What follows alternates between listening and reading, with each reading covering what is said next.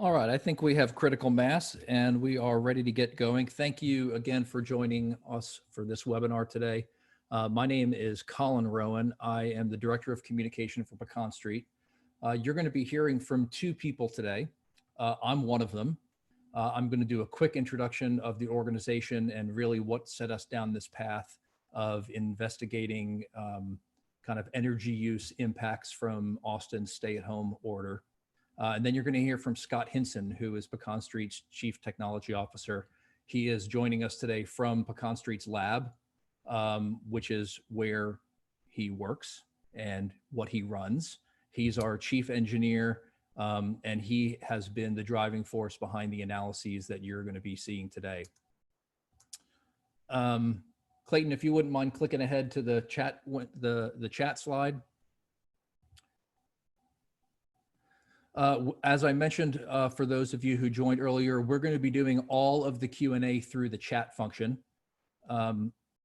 We found that to be the easiest way to deal with the volume of people that we have. So we're going to be monitoring chat questions throughout the presentation. So if you have a question, ask it immediately. If we have the time and if it fits, we're going to bring it to Scott's attention at that time. If not, we'll hold it for the end for broader, more general Q&A. So make sure you know where that chat function is, and please use it. We hope to hear from you guys as much as possible today. If you did not receive an invitation to this event directly, meaning if it was forwarded to you and you'd like to know about additional webinars that we're going to be doing over the course of the next few months, please email media@pecanstreet.org. That goes directly to me. We'd love to add you to our list if you're not on already. Scott's email address is there too, in case you would like to get a hold of him directly. Of course, our website is pecanstreet.org. And then the QR code that you see on your screen will take you to the blog post where we first put our charts about the COVID analysis when we announced our first round of charts and analysis in April. We're going to be updating that same address with our April data, our May charts, which is what Scott's going to be going over today. So you can either remember that URL at the bottom, or you can snap a quick picture of that QR code and you can follow that, and you'll be seeing the updated slides and images that we're going to be going over today. I'll give a very, very quick introduction to Pecan Street to those of you who don't know us. Our mission is to accelerate the transition to clean, low carbon energy. We're focused on three specific areas in that regard. One of them is energy research, water research, transportation research. Today, clearly, we're going to be talking about energy. But those are the three areas where our research and development team really have been focusing our attention for the last 10 years since we were started. We work on those issues in three ways. The first is our field research. That's really the essence of what we're going to be talking about today. We have a research network of volunteer participants who have agreed to allow us to install equipment in their homes that measures very, very high resolution energy data. It's real time. They have access to it as a participant, and then we have access to it, anonymized data, where we can pull it all together, run numbers, share it with academic researchers, corporate researchers, to get insights about how energy is used, how energy devices are used, et cetera. We started in Austin 10 years ago. We've expanded to areas outside of Austin, and then most recently we've expanded into the Bay Area of California and in upstate New York near Cornell University. So we have 100 homes in each of those areas that they're either online or they're about to come online. The next step is data collection and access. All of the data that's been feeding our servers for the last 10 years has created the largest energy database on the planet. It's all secure, it's all private. It's available to academic and corporate researchers around the world. We've got more than 2,000 university-sponsored researchers who use our data, and that data has resulted in more than 200 peer-reviewed articles that have used our data in some way, whether it is the focus of the research or whether it is part of their literature review to demonstrate how energy is used. The last part is our testing and verification lab. That's where Scott is now. This is where, whether it is a corporation or a government or a nonprofit wants to test technology, wants to invent some technology, they can do it in our proving ground. We have the infrastructure. The picture that you see there of the Leaf is the first vehicle to grid charging infrastructure that was installed in Texas. And we've just completed a project where we analyze the efficacy, the efficiency of using vehicle to grid technology as a dispatchable resource. So those are the three areas where we work. Clearly today, we're going to be talking about our field research. The picture that you see up there, and there's a big version of it, I'm showing this to you because it is the essence of our research. This is the Miller community in Austin. This is where we started. And there's another reason that I'm telling you this is because our data that we're going to be going over today is collected from homes in Miller. And we're always very careful to say, Miller is not your typical American neighborhood. We did that intentionally. We wanted early adopters. We wanted high penetration of solar. We wanted high penetration of electric vehicles. We wanted early adopters. And so we're always careful with our data not to imply this is what it's going to be like everywhere. And I think that holds true to the slides that Scott's going to be talking about today. It is very interesting though, because we're learning a lot about what happens when people who normally get in their car, drive to work, when they're all locked in their house, how their behavior changes. Some of it is very, very predictable. Some of it's not, and it's pretty interesting. So that's the Miller community, and that's where our research is based today. The data that we're basing it on is very high resolution. So whereas smart meter data might be able to give you a snapshot of what's happening throughout the day, the equipment that we install in houses allows us to look at individual circuits within the house, whether it's lighting, air conditioning, the EV charger. And this chart here shows 1 minute circuit level data. We've recently upgraded our equipment so we can now collect 1 second data. And so we have a very, very high resolution look into our participants' homes and can kind of see when things are coming on, when things are turning off, and how all of them act together to create their use profile. All right. University. So we were born out of the University of Texas at Austin. We have a lot of university partners. All of the universities here have been part of our research. We also have a number of corporate partners, NGO partners, governmental partners that have been part of our research, either helping us install the network or using our network of researchers. And so it's not just the dozen or so of us here in Austin, but we've been trying to reach out to the experts around the country, show them what we have, show them what we can do for them, and the list keeps growing. So those are our partners. And now I'm going to turn it over to Scott. I'll give a very, very quick, as Scott readies himself. We started right after the shutdown began in Austin. We started to think, what could we do with our research network that would provide a little bit of insight into what was happening as a result of the shutdown. And so our initial goal was to just comb through what we do collect and what we monitor. And we published those in April, got quite a bit of interest in them.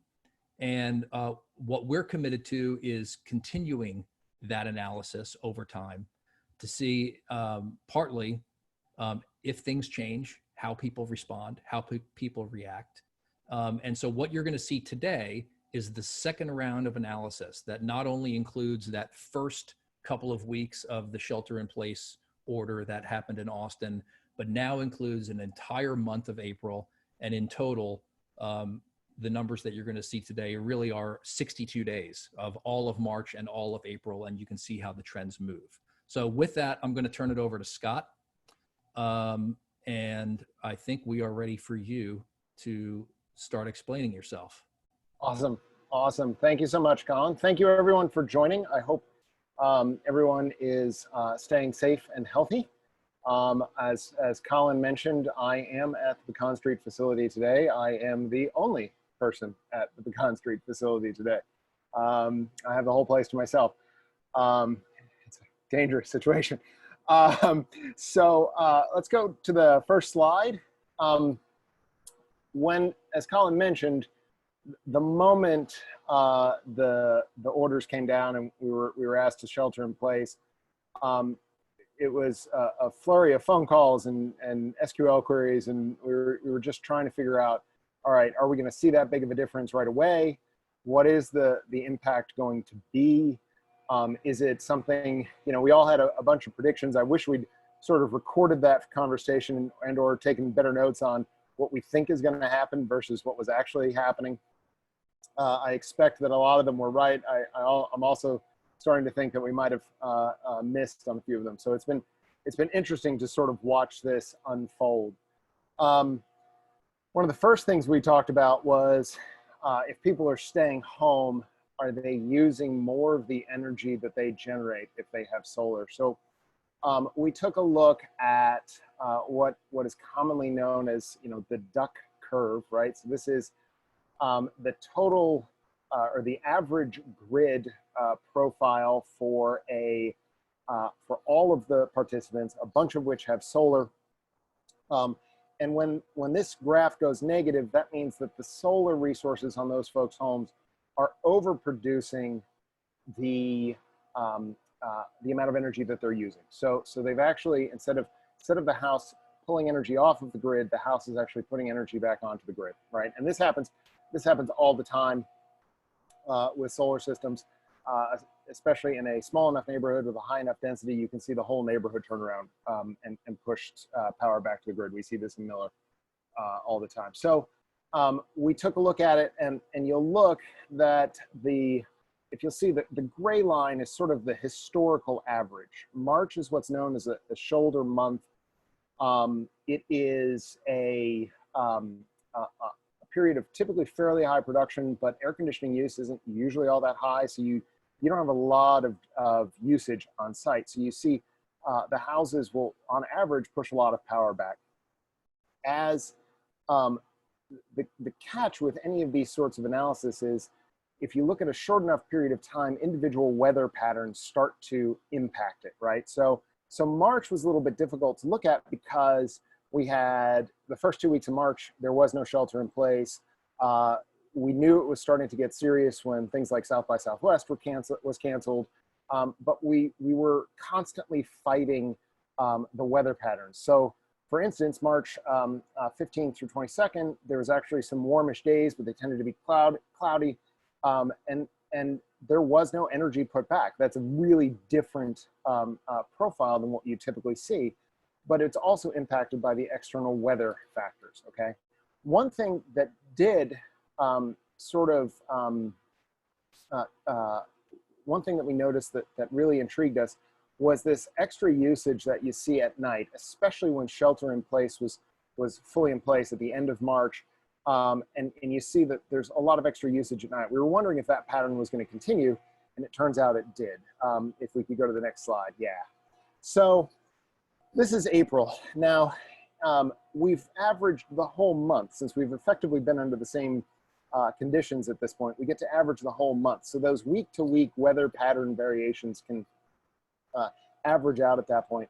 And you see that people are using more of the energy that they are generating than historical average, right? We've put the duck on a diet, and we are that power that we're consuming or producing with the solar arrays that they're actually using in the home. They're also using more energy at night, and I'll get to that later. Okay, so what we're going to watch closely is how this continues through May and June, right? These are periods where, especially in June, we saw, last year we saw a lot of operations for the energy storage system that we had in place for a program we did with Austin Energy. So we're going to start watching this pretty closely to see if we see differences in feeder voltage levels and things like that. All right, next slide. So this is the whole home energy demand. We've got kilowatt hours per day. So this is the 2 months of March to April, and Colin has put the the various dates of South by Southwest canceled.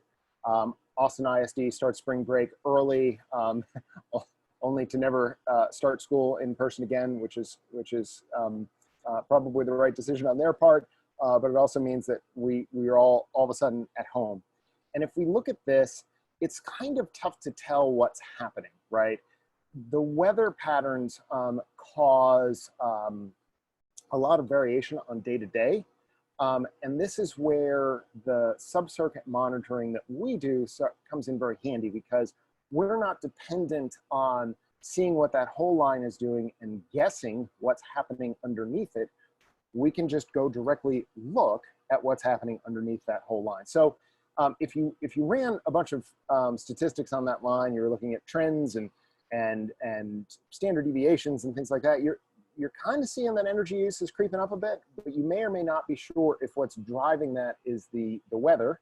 And clearly there are some hot days. Those are those high energy consumption spikes you see just after, between March 20th and April 1st, we had a bunch of warm days in a row.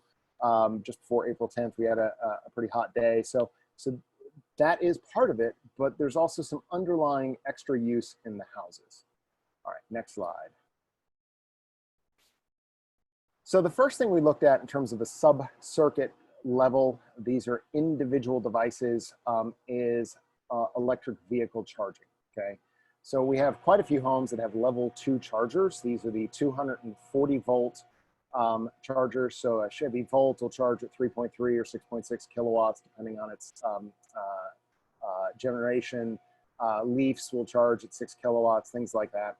And we were looking at the total number of kilowatt hours per day.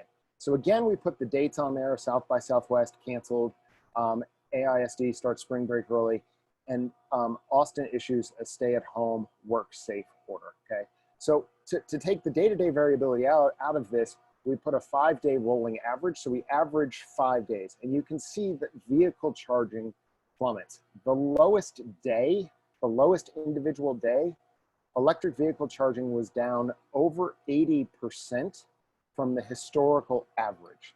So very little electric vehicle charging was happening. People were taking the order to stay home seriously, and as a result, nobody needed to charge the cars because they weren't taking it anywhere and then having to put that energy back into it. And then you start to see something pretty interesting.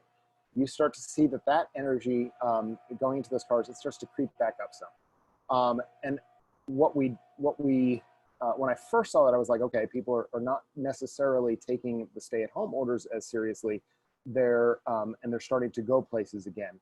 I actually think that based on some of the energy patterns, that they're still taking, at least our volunteer participants are taking the stay-at-home orders pretty seriously. But they are using their electric vehicles to run what errands that they are running. But we'll get to that in a second. Next slide, please. So it's one thing to look at how much people are charging. It's another analysis that we wanted to do to see when they were charging. Okay, so that previous graph shows that folks are charging a lot less, but now this graph shows basically the average kilowatt hours that people are using on any given hour of the day, and we just looked at April, and we see a drastic shift in charging patterns. Okay.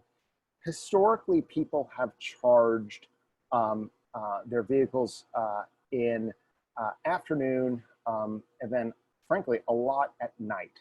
Years ago, we did a program about electric vehicle charging and trying to shift electric vehicle charging towards wind energy.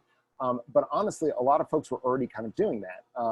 The big fear when electric vehicles were first introduced and people started adopting them at a higher rate was that everybody would come home at 5 o'clock at night, plug in their vehicle, charge the vehicle at that point in time, and increase the afternoon peak demand in the Texas grid, especially is a big deal. But what we saw, even before we ran any of those pricing trials, was a far more distributed charging pattern that we frankly weren't expecting. The one thing I can tell you for sure, and the historical graph shows this, is that there's very little charging at 6 to 7 a.m. because people want their vehicles to be ready to go to work. They want a full charge to have to minimize range anxiety. They want a full charge to go to work. Then they go to work, they run some errands after work, maybe they go to a restaurant at night, and they don't plug the vehicle in to start charging till 8, 9, 10 o'clock at night. So that's after the peak, but that means those 3, 4, 5 hour charge cycles happen in the middle of the night when wind energy is high. We're seeing a very different charging pattern now, right? So not only is the magnitude lower, the orange line, the April 2020 average, the magnitude is lower, but the time that the vehicles are charging is shifted. We're not using that wind energy at night to charge those electric vehicles. In fact, the peak of charging happens around 6 p.m. Luckily, there's still some solar production there, but there's a substantial amount of charging happening between noon and 6 p.m., right? What this tells me is that folks are using the vehicles, coming back, charging them, and they have to do a very short amount of charge, right? It's a very short duration charge. They haven't driven the car all that far, and they aren't doing a very long charge. They're not having to do a 80% of the battery charge event every night. It's just a fraction of the battery. All right, next slide. So I mentioned before that we have, it's one thing to look at total consumption. And when you do that and air conditioning is in the mix, that makes it harder to see behavioral patterns.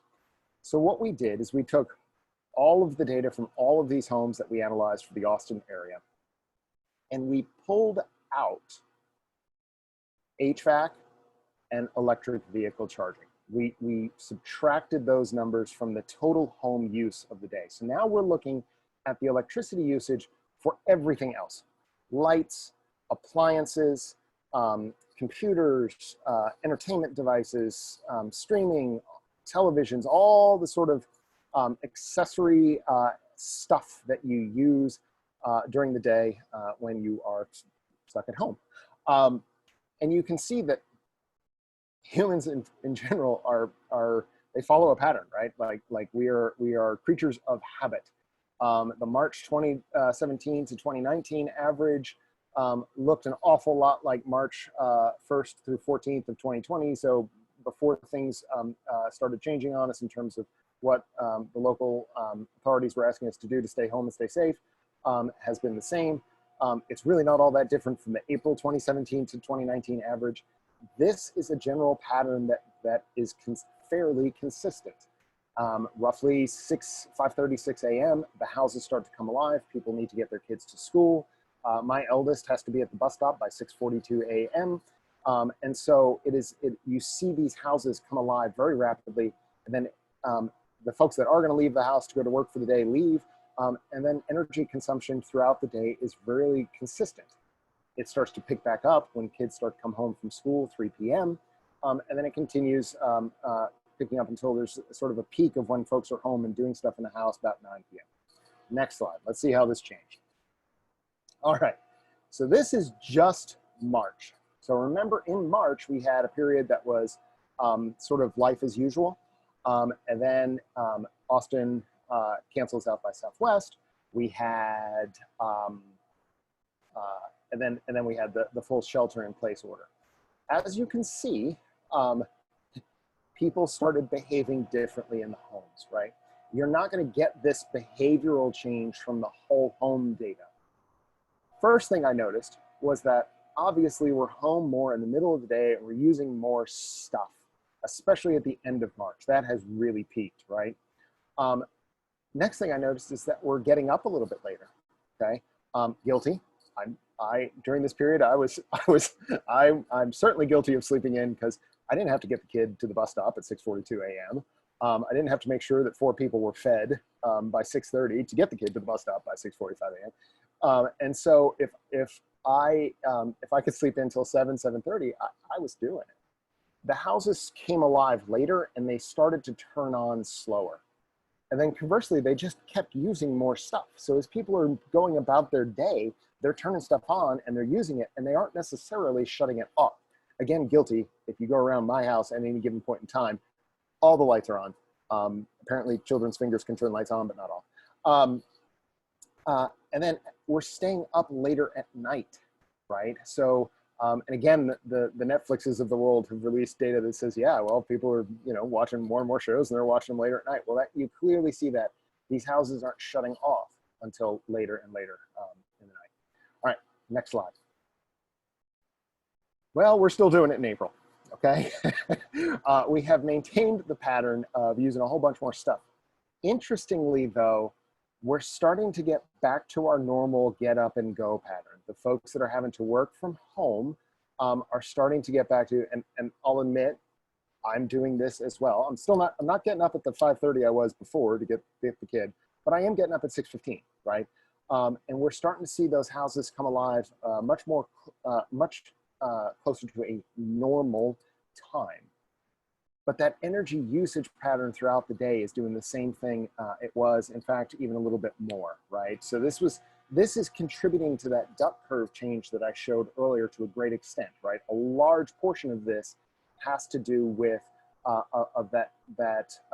putting less energy back on the grid, is that we're home and we're using stuff. This also leads me to believe what I was saying about the electric vehicle charging, right? We're doing short trips because if frankly, it's probably just one or two folks from the house. Because if everybody was leaving the house, odds are they'd be shutting off the stuff like they used to save energy. But in this case, it certainly looks like one person leaves, does a curbside pickup, comes right back, charges the car. Everybody else is home and still using all the stuff because we're just not seeing those patterns change. Next slide. So this is basically the summation of all of the previous slides. So this is a way to show sort of all the curves and how, how consistent we used to be, how we shifted that behavior in the first week where we were asked to stay home, but it wasn't necessarily mandatory. And then how it has stayed consistent over the last 6 weeks or so. Next slide. Hey, Scott, yes. Actually, this is Colin. I'm going to jump in here on one thing. Sure. So if we can go back one slide, I mean, a little bit of context here. ERCOT just released its assessment of capacity for a peak summer. Mm-hmm. They've commented that it's going to be a record demand summer, even with expectations that commercial and industrial energy use is going to be down. Correct. All of the reports that if our audience members are the kind of people who read about how energy demand is affected, mm-hmm. Most of what they've read is that energy demand is going to go down because the economy Correct. has been slowed. But what ERCOT's assessment shows is that it's going to be hot. We're going to be turning the AC up. Right. What we're showing with this chart is we've got 20 to 30% increase, 40% increase during parts of the day, the peak parts of the day, of discretionary energy use. Right. And so we don't know yet what the total impact of that is going to be. But the things that I've read that have said, residential demand is only going to go up 2%, I just can't square that with what we're seeing, because we're mm-hmm. seeing a lot more energy use, and we know it's going to be a heck of a hot summer, just like it was before. And so I guess to the audience, I don't know if we can draw any strong conclusions about that, but it's certainly mm-hmm. one of the things we're looking at. And I know in the conversations we've had with folks, at Austin Energy and ERCOT, we know they're looking at it. That's correct. Well. That's correct. I mean, that's yeah. Thank you for bringing that up. That's something that we're that I'm frankly looking at on a daily basis. It's a challenging analysis to make. You have to take into account things like, and we've got some slides coming up on this, so I don't want to scoop yourself. I don't want to scoop myself two slides away. But we do know that there's increased air conditioning usage, but we also know that if you look at the way air conditioners are used in the summertime in Austin, for instance, amongst our volunteer participants last August in 2019, the 80% of the air conditioners were on between 4 and 6 p.m. Right? So at some point, if you randomly went to any house between 4 and 6 p.m., 80% of those houses, when you walked in, that air conditioner would already be on. So So that 4 to 6 p.m., there's only so much they can go up. Like you can't have an air conditioner on more than 100% of the time, right? So this is it's a nonlinear function of air conditioning usage with temperature. It is nonlinear with it appears to be anyway with occupancy. Obviously, especially if your occupancy goes from 0 to 1, right? Then all of a sudden you're going to be turning that air conditioner on. And as we've as a large portion of America has learned in the recent days, nonlinear functions are really tough to predict. Like this is a small change at the beginning of these things makes it a big difference in your model output. So we're studying this really carefully. But yeah, it is. I would suspect, based on what we're seeing, that there's nothing that I've seen in what we're seeing that ERCOT's assumption that it is going to be close to record demand or record demand, because so much of that demand is driven by residential HVAC usage in the summer in Texas. I don't see any reason to contradict that whatsoever, even if there is a little bit less industrial demand. All right, so as I mentioned, we were going to talk about air conditioning, and I didn't want to scoop myself, so here's our air conditioning slides. That was a good introduction, Colin. Thank you for teeing that up. Again, it's hard to look at any slides or any sort of plot like this on a day-to-day where and see a pattern where so much variability because of temperature, right? This is, you'll notice that this chart, the shape of this graph looks an awful lot like the overall energy usage graph that we showed earlier. And this is just the air conditioning. So clearly the air conditioning is driving the majority of the home load, especially when it gets really, really hot. And we've had a couple of really hot days where Texas is warning us that summer is coming and there's nothing you're gonna do about it. And the key here is that there's a way to sort of look at this in reference to how much you're asking the air conditioner to do. There is something called, let's go to the next slide. There is something called a cooling degree day. There is also something called a heating degree day. And I put together this slide in an effort to do a no math explanation of a cooling degree day. So there are, even if you look in the academic literature, there's some varying definitions. A lot of times what they'll do is they'll look at the high and low for the day. Other times they'll look at the actual temperature over the course of the day, things like that. But in general, what a cooling degree day means is how much time the outside temperature is over 65 degrees Fahrenheit. And so for the particular day that I plotted here, which I want to say is like March 8th or something like that of 2020, it was cool for most of the day. It was actually below 60 degrees. So that area, the orange curve there is the temperature. The gray line is the boundary between a heating degree day and a cooling degree day. Anytime that orange line is below the gray line, it's a heating degree day. Anytime that orange line is above the gray line, then it's a cooling degree day. So the blue line shows you the cooling degree days. And you just take an average of that over the course of the day, and that tells you basically it's a metric of how much energy the outside world put into the house that the house air conditioner was going to have to cool. So let's go to the next slide. And what you can do is you can use that to sort of to gauge how much harder the air conditioner is working. This it is used commonly for building efficiency metrics and things like that. So in March 2017 through 2019, for those 3 Marches, the average number of kilowatt hours per cooling degree day for the month was 0.53 kilowatt hours, right? March 1st through 14th, that was situation normal. We weren't being asked to stay in our homes. We were a little bit lower, 0.49, but if you look at sort of the standard deviations and things like that, that's well within normal ranges, right? That is just the normal variance that you would see on any given period. Then we were asked to stay home more, and it jumps up, and it jumps up to 0.65 kilowatt hours per cooling degree day. That is not normal. That is not normal air conditioning use. That is outside of the normal bounds of what you would see if you were just to look at 3 standard deviations away from an average. And then March 23rd through 31st, when shelter in place was fully in effect, it jumps up again. It goes up to 0.73 kilowatt hours per cooling degree day. Similarly, April 2017 through 2019, again, it's at 0.56 kilowatt hours per cooling degree day. That's an awful lot like March, right? These months are pretty similar temperature-wise. And normal behavior has us using air conditioning at a clip of about 0.56 kilowatt hours per cooling degree day.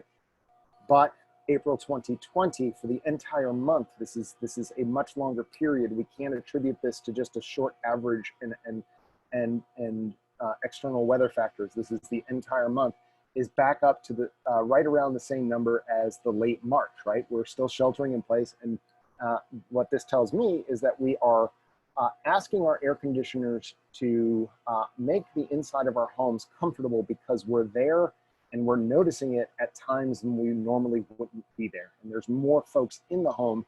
So frankly, that just means that like if somebody was working from home and it was one family member out of 4, if they're not hot, they're not going to ask the air conditioner to turn down, right?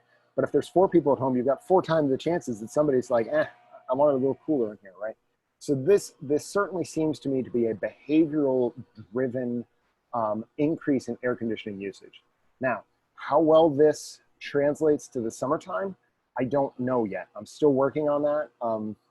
That's what I was saying earlier. It's a tough thing to model because clearly this is anywhere from a 30 to 40% increase. Well, if those air conditioners are already working 80% of the time, I can't ask them to do 40% more, right? That's over 100% usage. But this does mean that load shape is probably going to shift a little bit if we're still doing shelter in place, or if we have to do a strict shelter in place because of a rebound in cases or something like that.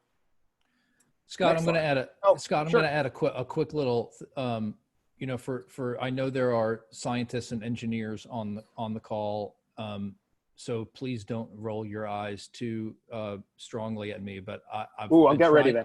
I'll get ready. I've been trying to come up with, despite the specificity and the detail that you went through on cooling degree days, essentially what this means to me is people are asking their air conditioners to do more than you would expect them to do based on the weather.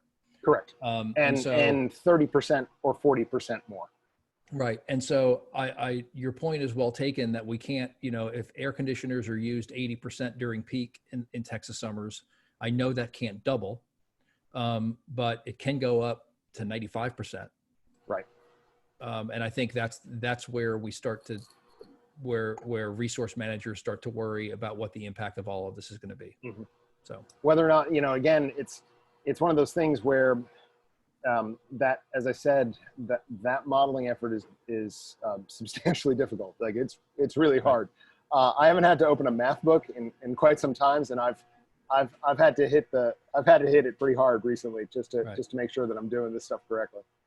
I'm going to pause here for just a second. I know we have one more slide that's not necessarily data driven, but there were a couple of comments that have come up in the chat box that I wanted you to address. Oh, there was one question specifically about whether any of the electric vehicle or solar homes that are included in this analysis have any stationary batteries as part of their system. And I know we've done research and we've done studies with Austin Energy with stationary batteries, but I wanted you to verify whether they were or were not included in this analysis. There are homes with those batteries in place. The impact of those batteries was removed.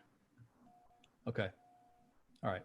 So, because we have those batteries separately monitored, like everything else, so we can easily subtract those from the usage. The next question is someone asked about the potential impact of Austin Energy's time of use trial. I know we've done time of use trials and simulations with our participants, but are any of the electric vehicle owners that are included in our analysis here, do we know if they are part of Austin Energy's time of use trial? I don't. I know that there's not all that many folks on a time of use trial. So if there are, odds are it's a very, very tiny number. Got it. Okay. All right. There are a couple of other questions here that I think as we get to the Q&A, I'll restate them. Let's see. Did Pecan Street notice any difference between houses with solar and houses without solar, especially during this pandemic stay-at-home period? Same question for the houses with and without the battery. So I guess when it comes to energy use, did we see a difference between, I guess the presumption might be if you've got solar, you're probably a little more in tune with what uses energy and how to conserve it. Did we notice any difference between those two kinds of homes? I looked at that a lot, and I saw no difference whatsoever. And that was one of the early questions that we asked was, are homes with solar using energy differently? But if and I don't have it for the presentation today, but if I plotted that accessory use and sort of the air conditioning use, and I put those two lines over each other for solar and non-solar homes, they are right on top of each other. There is really no difference. Right. Two other quick questions, and then I'll move on to our last slide. Someone wanted to know if the increase in AC demand would mean that people are setting their AC their thermostat lower and leaving it, or whether it's more of an active thing. And I don't know if there's a. I don't know. We've actually got a couple of programs coming up.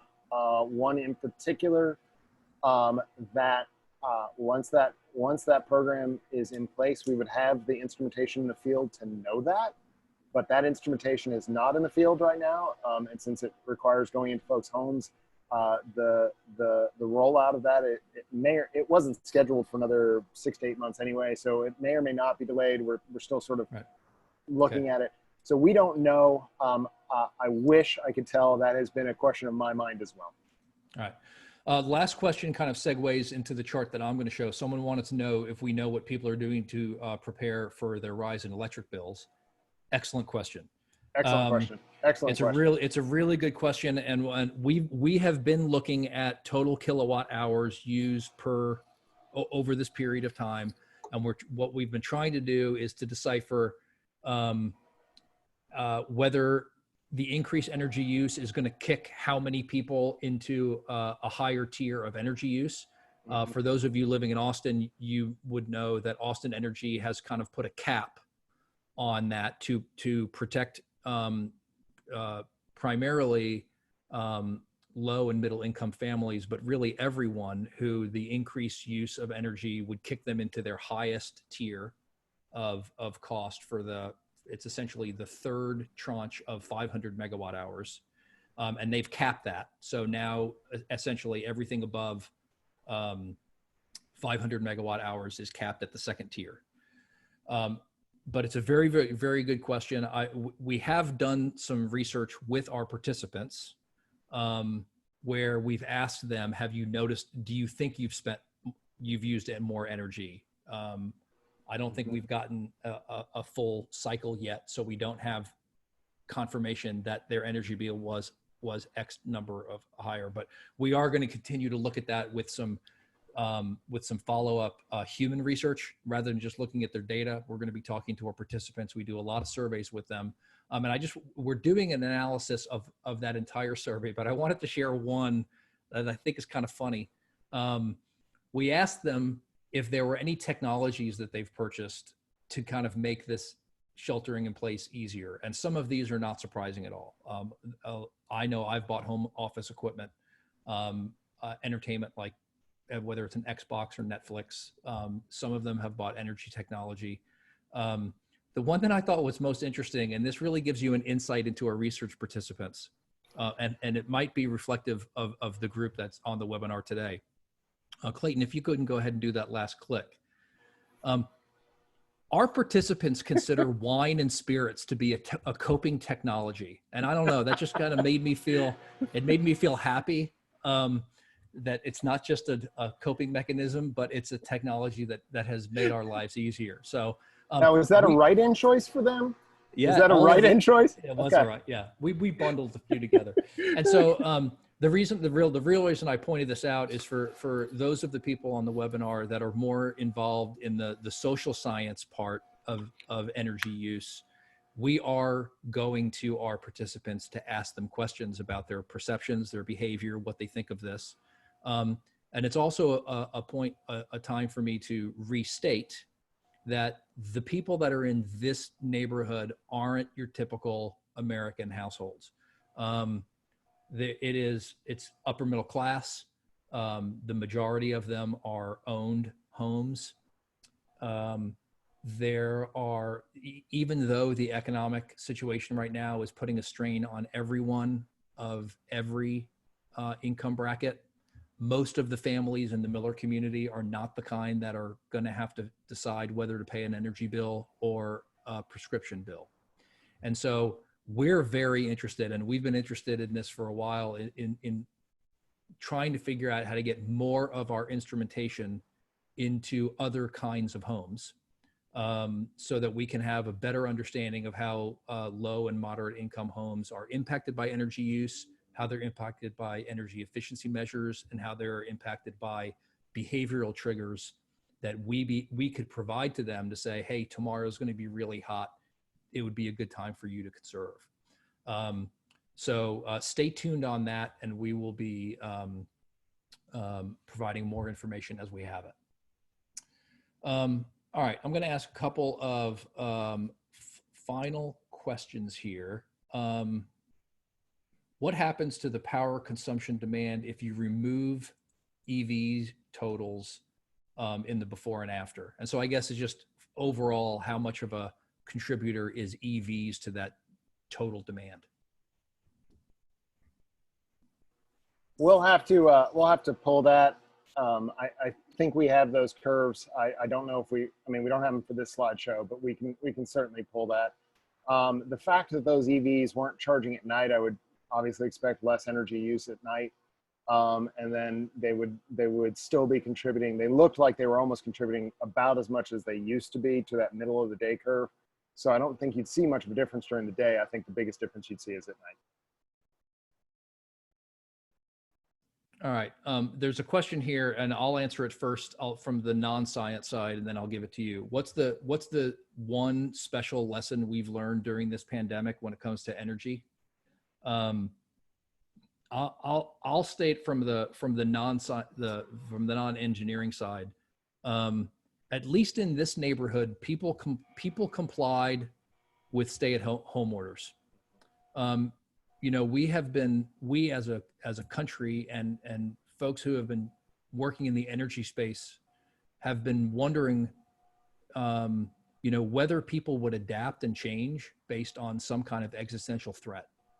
And a very thin silver lining to what we're going through right now might be is that when we recognize the impact of our behavior, we are willing to change it. Yep. Clearly there are consequences to that because we're using more energy.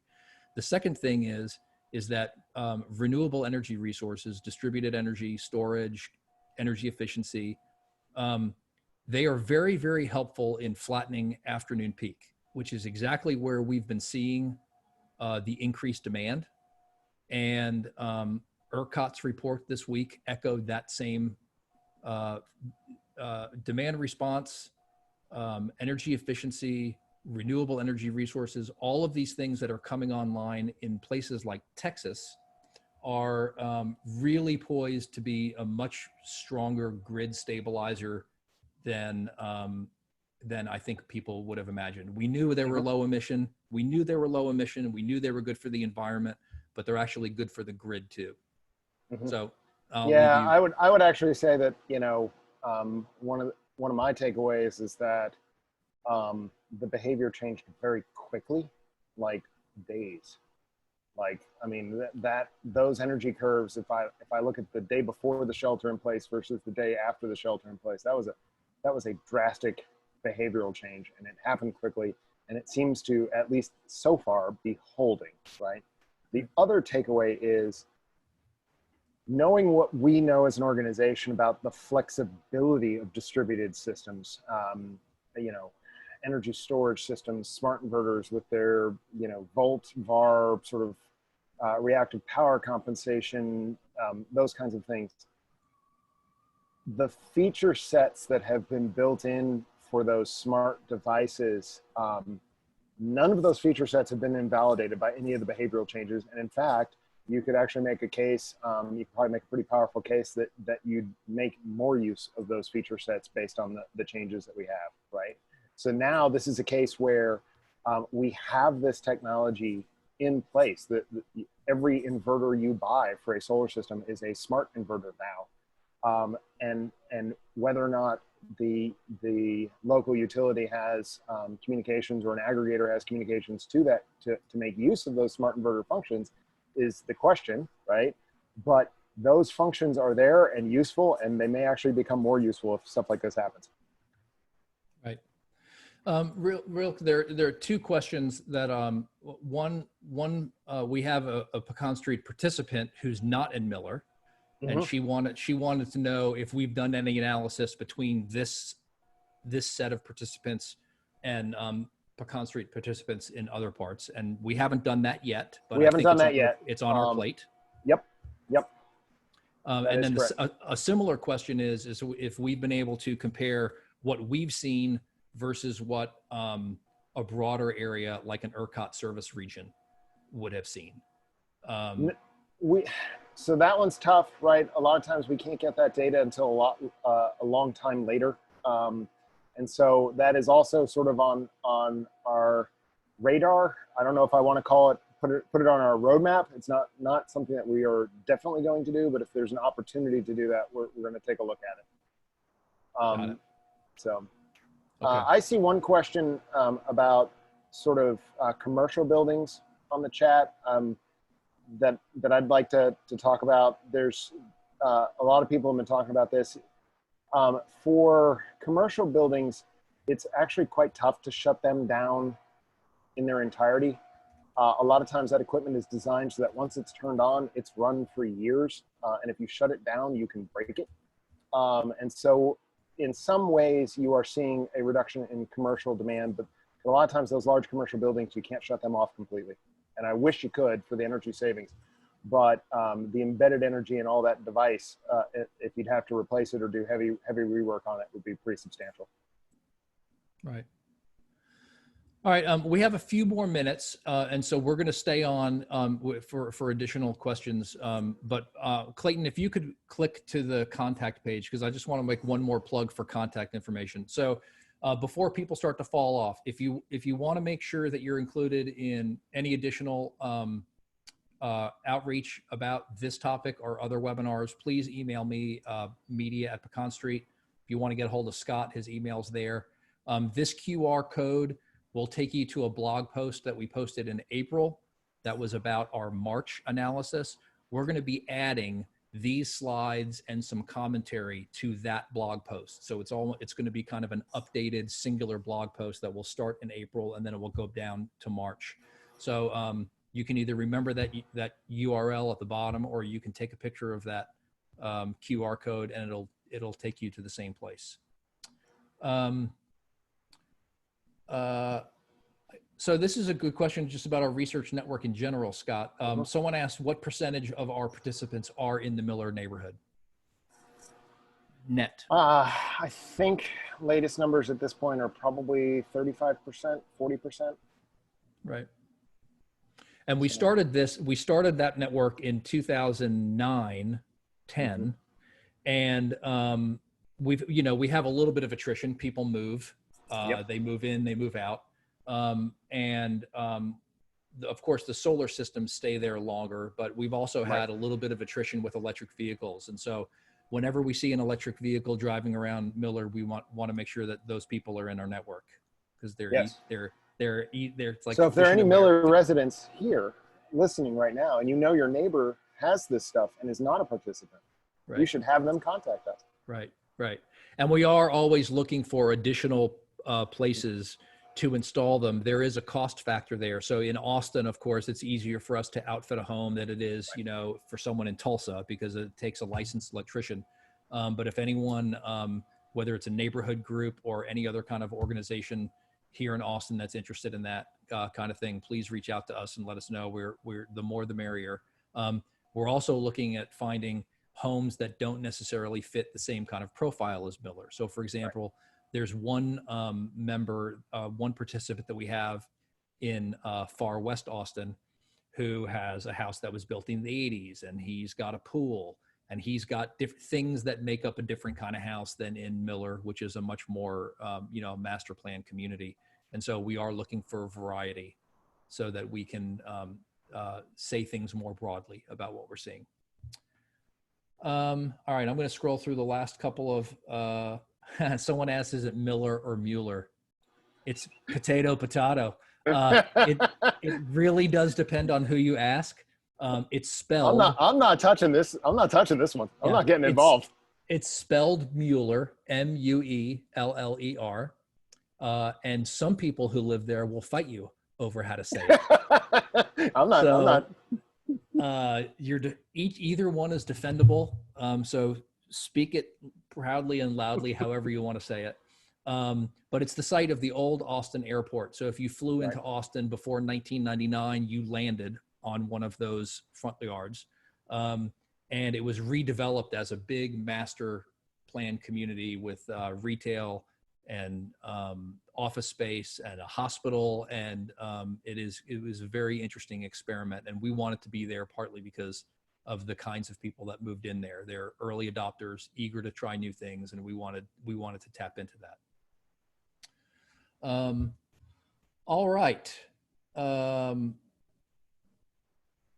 All right, so let's see. I think those are most of I know there were a couple of questions that came up. I think we hit most of the topics that were asked in questions, but I don't want to offend anyone by missing. So if I didn't get to a question, I'll give you another minute or two to retype it.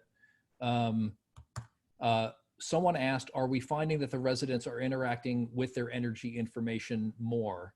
In other words, are they looking at the e-gauge system that they have? Are they aware of their potential impact? And I think we'll probably close with that one. Yeah, unfortunately, we're going to close with me saying I don't know. We have to go pull the logs on that one.